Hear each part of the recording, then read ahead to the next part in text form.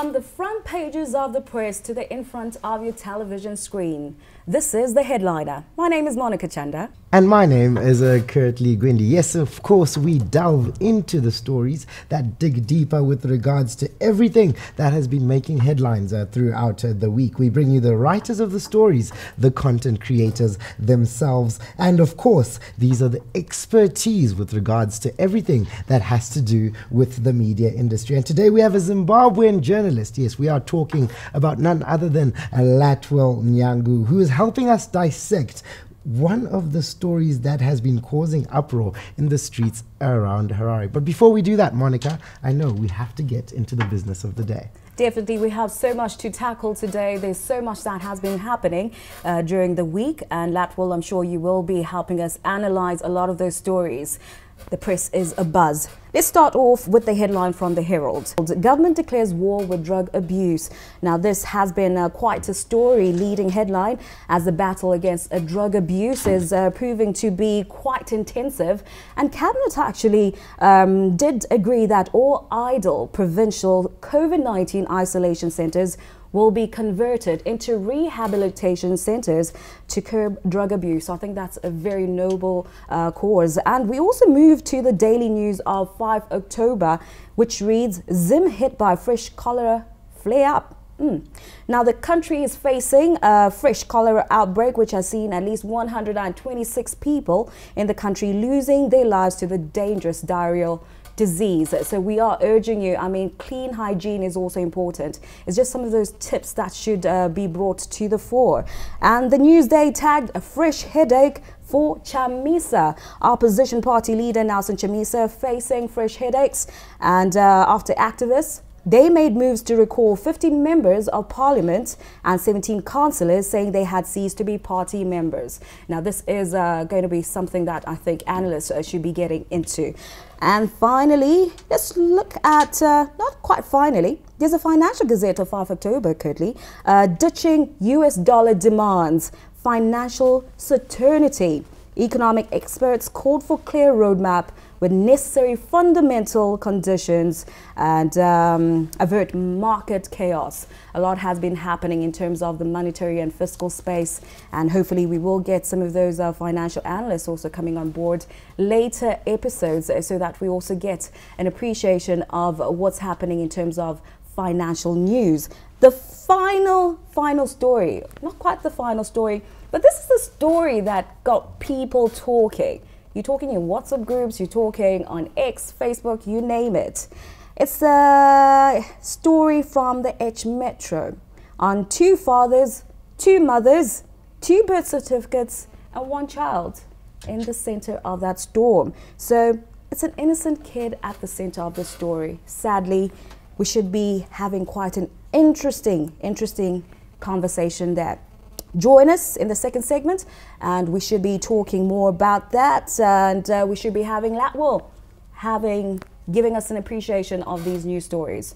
We go for a short break. This is The Headliner.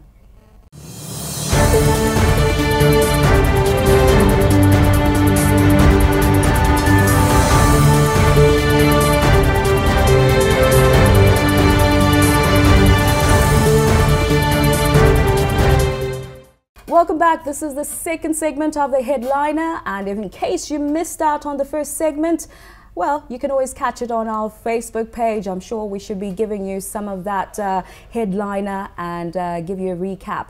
But the story at the center of everyone's 1 child left at the center of the storm, Monica. And yes, indeed, you can catch up with our stories. That is a ZBC News Online on all platforms. And one of the stories that has been making the headlines, we are paying attention to 2 fathers.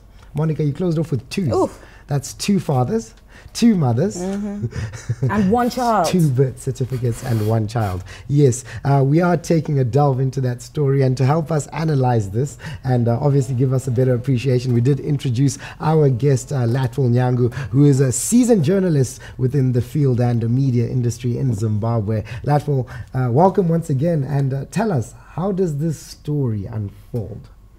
Thank you so much. I think from the headline you would see that the story is interesting, as well as it's a very sad story. because there's a child there in the center stage of the storm. In terms of the story, you look into it that there is a tussle, two forces fighting, the ex versus the father of the child. And the father is trying to run away from the responsibility, which is the sad side of the story. While the mother of the child is also looking forward to have the father take responsibility of the child. But however, the father went on to be a fraudulent father then. So I think that's the most interesting part, why he decided to do so. So the headline is quite pregnant with the details there. Yeah. So, but if you go down the story, it's a sad story. Okay, absolutely. Because we're looking at a situation where this is just a truck driver. Yes. And how does the fraudulent capacity then come about in such a situation? And we are also paying attention to the fact that are there any legal with regards to a term that is being served to him, or what is happening on the ground? Okay. When it comes to maintenance, you find out that the fathers should be responsible. But we tend to have irresponsible fathers. They want to run away from taking care of their children. So in this case, this father is a truck driver. He's gainfully employed, if you look into the circumstances. He's paid, and the employer is paying him well, and the maintenance is being deducted direct from the workplace. So in this case, he was trying to evade the responsibility, thereby looking for another birth certificate for the same child who has another birth certificate. He went on to look for his brother so that he pretend or purport to be the father of the child. Then he went on to talk to the second wife. Then they become the second couple on this child. So it's a fiasco, isn't it, man? Very. It is. So it is chaotic. It's chaotic, to say the least. And I know you said it's pregnant. It's a story that's pregnant, pun intended, yeah, or not. Absolutely. But Latwell, how do two couples register one child? And does this mean the system did not manage to actually capture it? How is it the system doesn't manage to actually realize there's a problem here? Because this is unacceptable. Indeed, it's unacceptable. No wonder why I said this guy has become a fraudster overnight.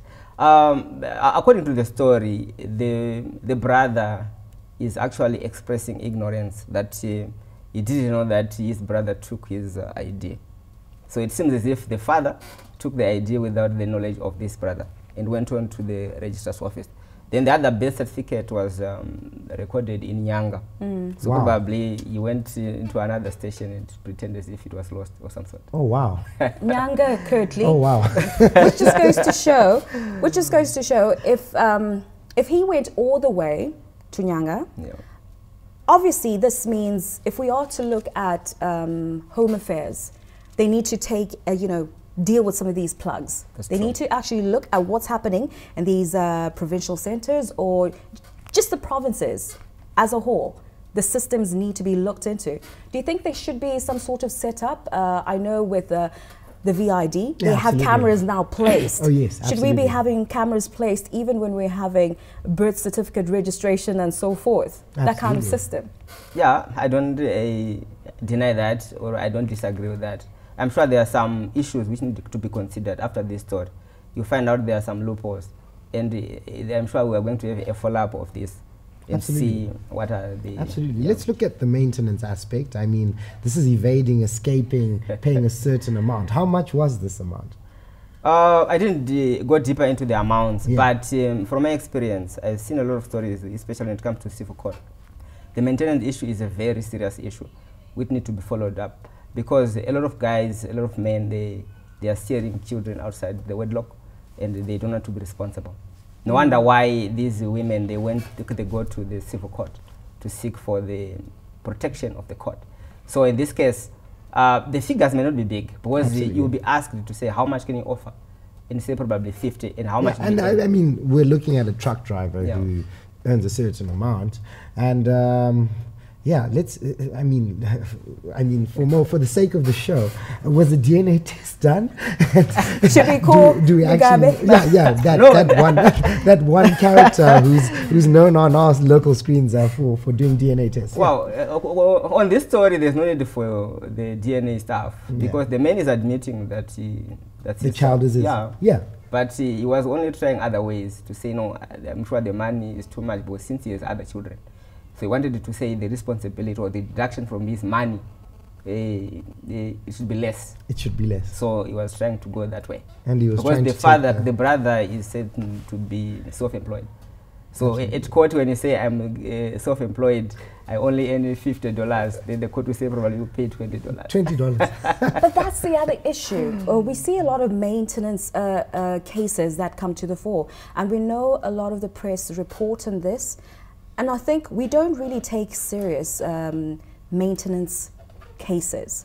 And even as journalists, do we do much in terms of delving deeper into some sort of investigations in some of these maintenance cases and going deeper into some of those stories to say, are we faced with cases where we have people who allegedly say they cannot afford this maintenance, but they actually can, and then sometimes they fraudulently present certain paperwork that says they don't earn a certain amount. Yeah. So this is the onus also supposed to be on the journalism fraternity to go deeper into these matters?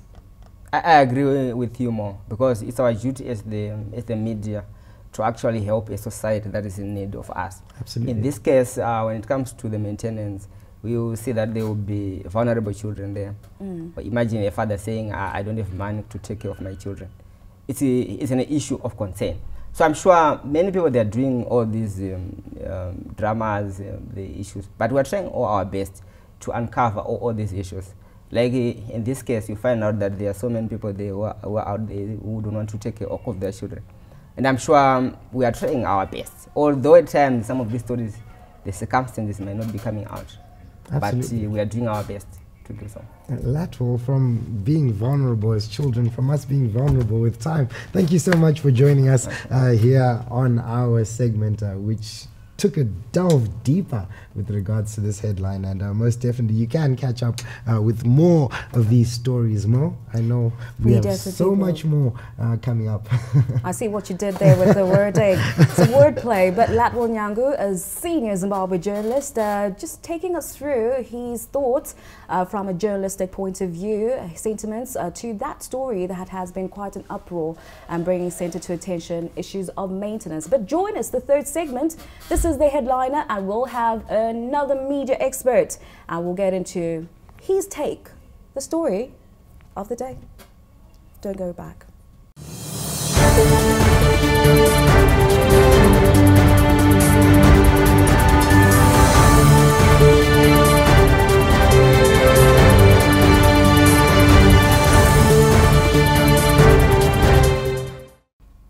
Welcome back to the third and final segment of the headliner, and this is what we call the editor's choice segment.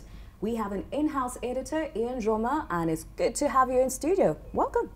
Thank you, Mo. It's great to be here. The headliner. So, as our editor of choice this week, and it is the editor's segment, what do you bring for us? Do you come bearing good gifts? Absolutely. And I know Mo, before he delves into it, naturally, I actually want to take this time to actually introduce Mr. Ian Roma, who comes to us as a sports maestro. Because if you have been catching up with our programming here on ZBC, you do know for a fact that that is all things to do with sport when it comes to Mr. Ian Roma. And I do know for a fact he's not going to prove me wrong.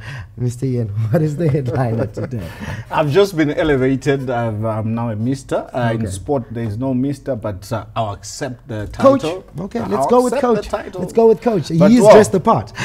I bring good news and great news. It's exciting times for Zimbabwe. We are back in international football. Remember, there was an 18-month ban because of third-party interference in football, and we're excited that Zimbabwe is back in international football. The Warriors are back. The Mighty Warriors also back at the COSAFA Women's Championship. I'm excited. Absolutely. Obviously, because exciting times. if we're talking about Zimbabwe football. There has been so much debate in terms of football administration, from issues around facilities to issues of remuneration. So much to talk about in terms of football, and to say, let's get our football fixed. And then there's a normalization committee.